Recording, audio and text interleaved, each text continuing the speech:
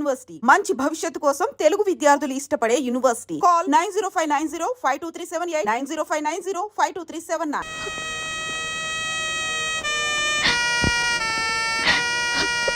నువ్వు మళ్ళీ ఏడుస్తున్నావా? మా ఆయన చూపిస్తామన్నారు, ఇంతవరకు చూపించలేదు. మా అన్నయ్యని వెతికిస్తామన్నారు, ఇంతవరకు లేదు. తను పంపించేయండి, వెళ్ళిపోతాను. ఏడవకమ్మా, నీ కోరికలు తీర్చాలనే మా డిపార్ట్మెంట్ అంతా ఆ పని మీదే ఉన్నారు. సర్లేండి, ఇప్పటికి 1,00,000 సార్లు అన్నారు ఆ మాట. నేను ఏదో రకంగా ఆ ఇంట్లోకి ప్రవేశించి ఎస్పీ గారు నాతో పాటు బయటికి తీసుకెళ్ళిపోతాను. ఆ అదును చూసుకుని మీరు ఆ ఇంట్లోపలికి వెళ్ళి మా చెల్లెల్ని రక్షించాలి. సరే బాబు.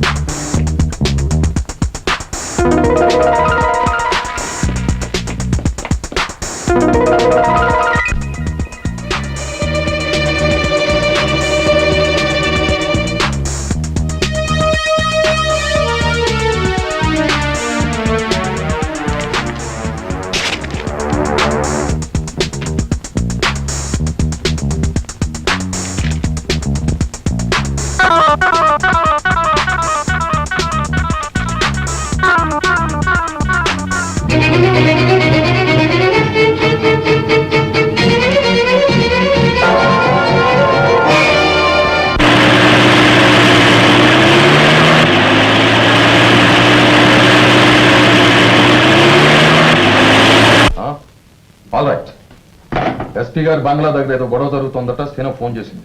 కమా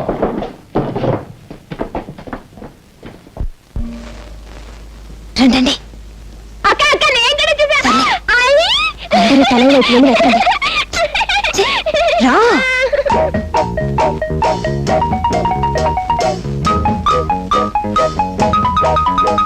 ఏమిటా వెతుకుతున్నావు? ఏమిటి వెతుకుతున్నాను? దొంగ వెధవా, మన చెల్లెలు వెతకడం కదా వచ్చాం.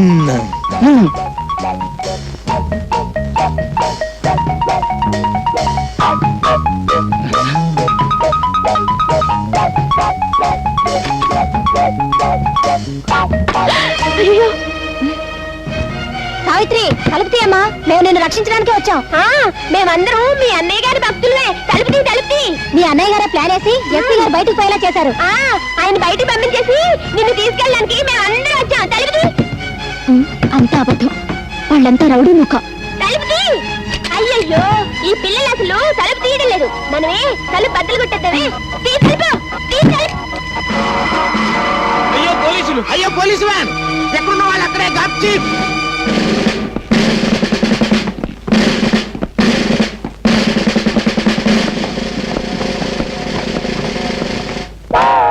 ఎవడ్రా నువ్వు? రౌడీనండి. ఏం చేస్తున్నావు ఇక్కడ? రహస్యంగా దాక్కున్నానండి, కప్పుకున్నాను కూడానండి. వీడిని అరెస్ట్ చేయండి. ఎవరు నన్నండి? మరి వాడా బొమ్మనుకున్నారా? దెబ్బ తినేశారండి. ఈడు రౌడీయే, ఆంజనేయులు మనడేనండి. రే దించారా, దెబ్బ తినేసావు. ఈ ఇద్దరు విధవలను అరెస్ట్ చేయండి. వ్యాన్ ఎక్కించు. ఏడు తర్వాత సంగతి నువ్వు చూసేది. చెప్పింది నోరు మూసుకుని మర్యాదగా చెయ్యి. That's all.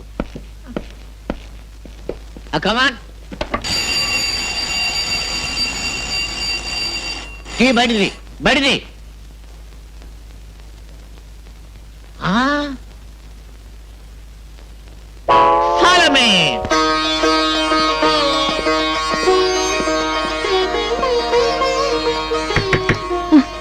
రా బాబు, కాళ్ళకి దండం పెట్టుకో, అక్షంతలు వేస్తాను. కాళ్ళకి దండం కాదు, నువ్వు చేతులకు బేడీలు వేస్తాను. వ్యాన్ ఎక్కించు. అవి నా తాలూకు సార్. మీ తాలూకా అయితే నువ్వు కూడా వ్యాన్ ఎక్కు. కమాన్.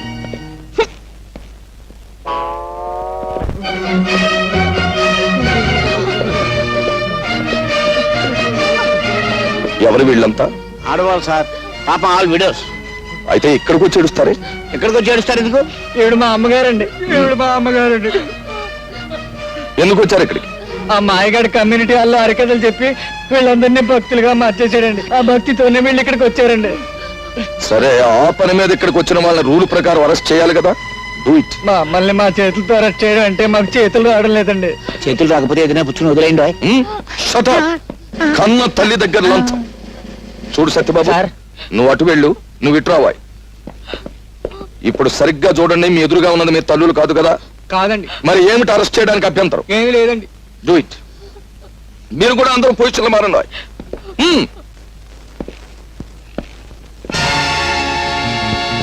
మీరా?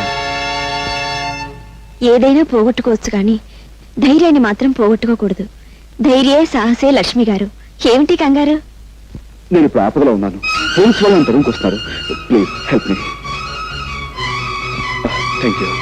రండి, మీరు దీని చాటు నిలబడండి, మీకేం భయం లేదు.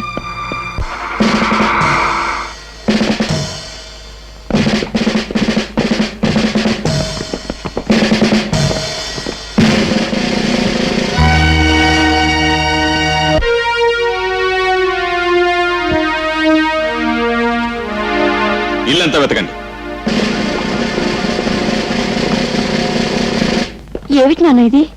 ఈ ఇంట్లోకి ఒకడు ప్రవేశించాడమ్మా. ఈ ఇంట్లోకా? నువ్వు లోపల ఎక్కడో ఉండుంటావు. లేదు నాన్న, పని మనిషి ఇప్పటి వరకు కిందే ఉంది. ఆ మనిషి వచ్చింది నేను చూశానమ్మా. ఒకవేళ మీరు పొరబడ్డారేమో నాన్న. ఒక విషయం నీకు తెలియదు గనక చెప్తున్నాను. కోర్టులో చెంచల హత్య కేసులో దొంగ సాక్ష్యం చెప్పి మనకి సాయపడినవాడు ఇతనే. సావధానంగా ఆలోచించమ్మా. ఆ రోజు నీ భర్తను రక్షించమని అడిగావు. ఈ రోజు నీ భర్తను రక్షించుకుంటావో లేక వేరెవరి కోసమో ప్రాణదానం చేస్తావో బాగా ఆలోచించమ్మా. అతన్ని గురించి నీకు తెలియదమ్మా. నిజంగా రక్షణ కావలసి వాడిని నీ ఇంట్లో దూరలేదమ్మా. హత్య జరిగింది ఇక్కడేనని నీకు నాకు తెలియజెప్పడానికే వచ్చాడు. ఈ కేసే తవ్వబడితే నువ్వు లేవు, నేను లేను, ఆఖరికి నీ భర్త కూడా ఉండడు. ఒక్కసారి ఆలోచించమ్మా. అతన్ని మనం పట్టుకోవాలి.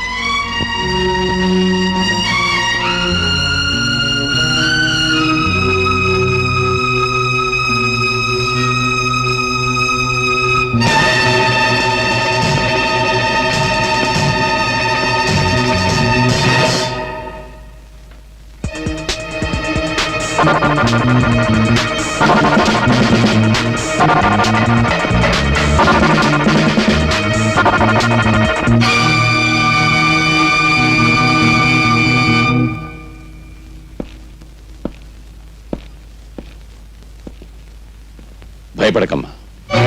ఆ కుర్రాడి చెల్లెలు నా చేతుల్లో ఉంది. ఆమె కోసమైనా వాడు రాకా మానడు. వచ్చాక నా చేతుల్లోంచి తప్పించుకుని లేడు.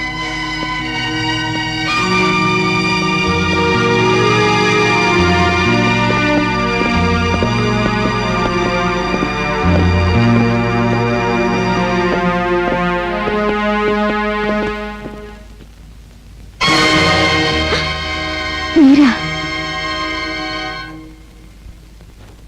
నన్ను క్షమించండి, మిమ్మల్ని దాస్తానని చెప్పి. నోను, మీరు చేసిన సహాయానికి కృతజ్ఞతలు చెప్పకుండా వెళ్ళకూడదనుకునే మీ నాన్నగారికి పారిపోయినట్టు భ్రమ కలిగించాను. మీ తండ్రి కూతుల సంభాషణ విన్నాను. పాపం నేను మా చెల్లెల్ని రక్షించుకోవడానికి వెళితే అదును చూసి పట్టుకోవచ్చనే ధీమలో ఉన్నట్టున్నారు. ఫోన్ చేసి చెప్పండి, నేను అందుకే వెళుతున్నాను.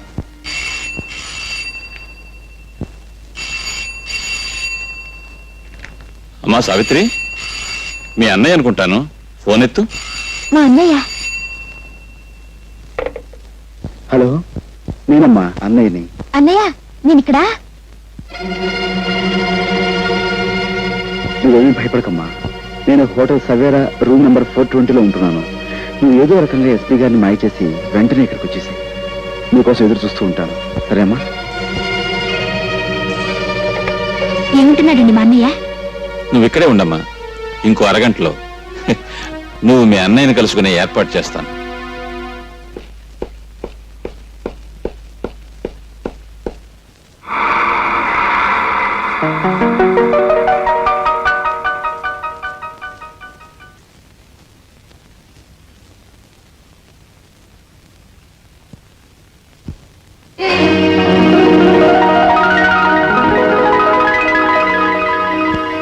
అన్నయ్య, అతను మనకి విరోధి, వెళ్ళొద్దు.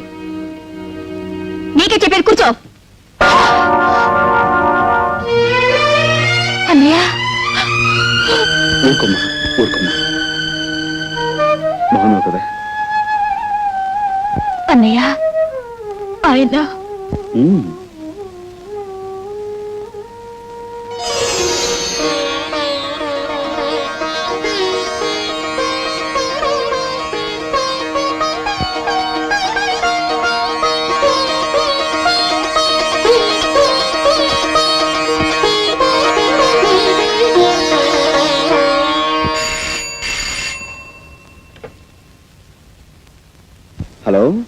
ఎవరు ఎస్పీ గారా? నమస్కారం సార్, రాజాని మాట్లాడుతున్నాను. మీ ఇంట్లో నుంచే మిమ్మల్ని బయటికి పంపించి మీ ఆధీనంలో ఉన్న నా చెల్లెల్ని నేను తీసుకెళ్ళిపోతున్నాను. మీరు ఉద్యోగరీత్యా న్యాయాన్ని రక్షించాల్సిన పెద్ద పోలీస్ ఆఫీసర్. కానీ నిజంగా మీరు న్యాయాన్ని రక్షిస్తున్నారా? No sir. హత్య చేసిన మీ అల్లుని రక్షించారు, మీ కూతురి జీవితాన్ని ఉద్ధరించారు. అందుకోసం ఓ అమాయకుడి హంతకుడుగా మార్చారు, అతనికి శిక్ష పడేలా చేస్తారు. ఇది న్యాయం అంటారా? ఇది ధర్మం అంటారా? సార్, ఒక్కసారి మీరు వేసుకున్న కాకి బట్టల వంక చూసి ఆలోచించండి సార్.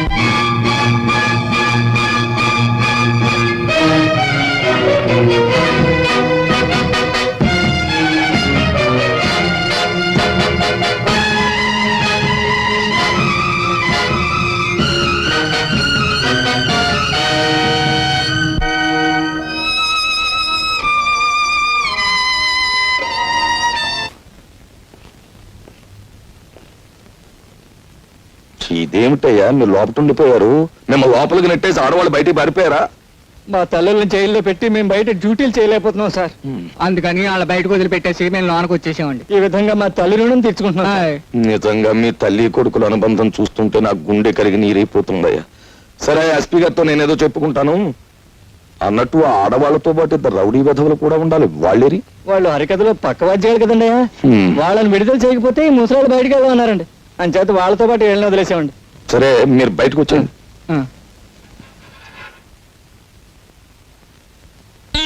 కాదు, చూసి నువ్వు ఉండిపోయా వీళ్ళతో పాటు లోపల? నేను కూడా ఒక దారుణం త్యాగం చేశాను సార్. నువ్వా? వాళ్ళకంటే తల్లులు బ్రతికున్నారు గనక కొడుకులుగా ఏదో త్యాగం చేశారు అంటే నమ్ముతాను. నీకెవరున్నారు? నువ్వు లంచాలు గిలుతున్నావని తెలిసి మీ అమ్మ ఎప్పుడో ఊరేసుకు చచ్చిపోయింది కదా. కాదు సార్, కిరసాలు పోసుకుంది సార్. సర్లే, ఏదో ఒకటి. నువ్వు చేసిన త్యాగం ఏమిటో చెప్పు. తులసమ్మ మా ఇంట్లో అద్దెకుంది కదా సార్, ఆవిడ అరెస్ట్ చేశాం కదా సార్. నేను లోపల ఉండి ఆవిడ విడిపించి మహిళా లోకాన్ని గౌరవించాను సార్. అలా గౌరవించడానికి ఆవిడ ఎంతకిల్లావు? లేదు సార్, సోదరుగా అలా భావించాను. భావించడానికి ఆవిడ ఎంతకిల్లావో చెప్పు. Come on, tell me. ఒక నెల అద్దె ఎక్స్ట్రాగా ఇస్తున్నాను సార్. అది అలా చెప్పు. ఉరికమ్మ ఎక్కేవాడిని కూడా ఎంతో కొంత గిల్లాలని ఆశించే మనిషివి నువ్వు. నీ త్యాగాన్ని ఈ దేశం భరించలేదు. నువ్వు లోపలికెళ్ళు. లోపల ఉక్కుపోసేస్తున్నాను సార్. బనీని తడిచిపోయింది చూడండి సార్. ఫ్యాన్ వేయించి నీ కోసం ఏసీ పట్టిస్తారు. వెళ్ళు లోపలికి.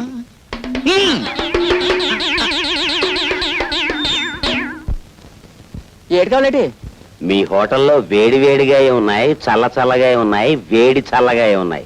అర్జెంట్ గా చెప్పుకో. మీకు డబ్బులున్నాయా? ఊళ్ళో వాళ్ళందరితో పాటు నీకు కూడా ఎదవలా కనిపిస్తున్నానా? గుండు బద్దలు కొడతాను నా కొడక. కుస్తా బహారైపోతావు. చూసావా? అసలు సిసలైన రిజర్వ్ బ్యాంక్ ఆఫ్ ఇండియా 100 రూపాయల నోట్లు. చూసావా?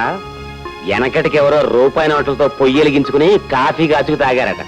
ఆ తర్వాత నేనే 100 రూపాయల నోట్లతో బీడీ వెలిగించుకున్న మగాణ్ణి. గుడ్ మార్నింగ్ పెట్టిన కొడక్క. అన్నయ్య, వాడు ఎవరమ్మా అతను? నీకు తెలుసా? వాడు ఎస్పీ గారి మేనలుడు అన్నయ్య. ఉత్త వెధవ. వాడిని చూసి ఎస్పీ గారు భయపడేవారు. వీడు దబాయించి ఆయన చేత పనులు చేయించుకోవడం కూడా నేను చూశాను. బ్లాక్మెయిల్ చేయటం. ఒక్క నిమిషం నన్ను ఎస్పీ గారు మాట్లాడతారు. ఈ ప్రపంచంలో నాకు చేతొచ్చిన విద్య ఒక్కటే. అది కూడా చేయొద్దంటావేంటి? మర్యాదగా మాట్లాడు.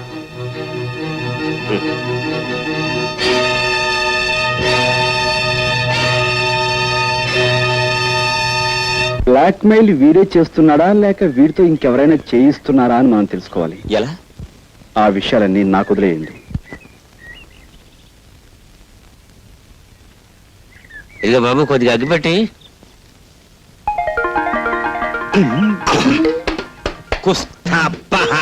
ఇది ఏంటి?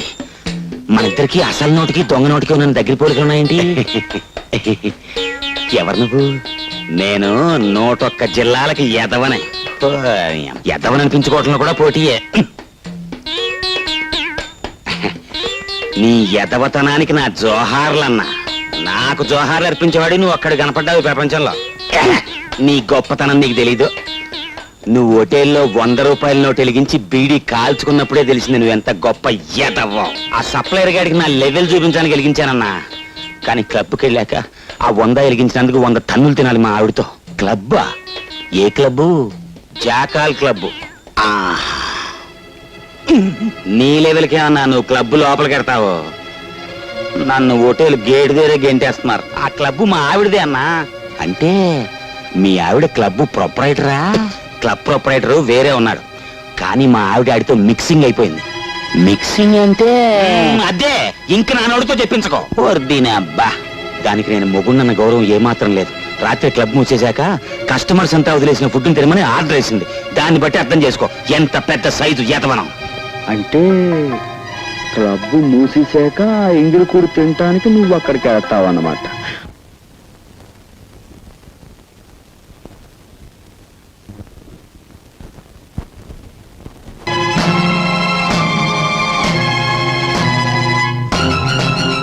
నా ఇష్టం వచ్చిన వాడితో ఆడతాను పాడతాను, మధ్యలో నువ్వెవతివి? నేను ఎవర్నా? నువ్వు కావాలనుకుంటున్న ఆ వెధవకి పెళ్ళాన్ని. పెళ్ళానివా? పెళ్ళం? నువ్వు అతనికి పెళ్ళం, అతను నీకు మొగుడు. అసలు నీలో పెళ్ళానుకుండవలసిన లక్షణం ఒక్కటైనా ఉందా? మొగుడు ఎంగిలి పళ్ళాల్లో తింటూ ఉంటే చూస్తూ ఊరుకోవడం పెళ్ళం లక్షణమా? తలకి నూనెలా పెట్టుకోకుండా మాసిన గుడ్డలతో ఊరంతా బికారామల్లా తిరుగుతూ ఉంటే చూస్తూ ఊరుకోవడం పెళ్ళం లక్షణమా? సరే, అతను తప్పు చేశాడే అనుకో, అందుకని బూటకాలతో తన్నడం అది పెళ్ళం లక్షణమేనా? అతన్ని మొగుడు అంటున్నావు కాబట్టి వెళ్ళిపోతున్నాను. నిజంగా జీవితంలో నాకు అతను లాంటి వాడు దొరికితే నీలాగా భ్రష్టురాల్ని కాను. అతనితో హ్యాపీగా జీవితాన్ని పంచుకుంటాను. వస్తా. పెద్ద సావిత్రి వచ్చింది నాకు బుద్ధి చెప్పడానికి. నువ్వా? రాత్రి అంత గొడవ జరిగాక మళ్ళీ నన్నెందుకు పిలుస్తావు? పిలవకి ఏం చేయమంటావు చెప్పు. అసలు రాత్రి నీకు ఎన్నో సంగతులు చెప్పుకోవాలనుకున్నాను, కానీ అది ఇంత మూలాన్ని నోరు మూసుకోవాల్సి వచ్చింది.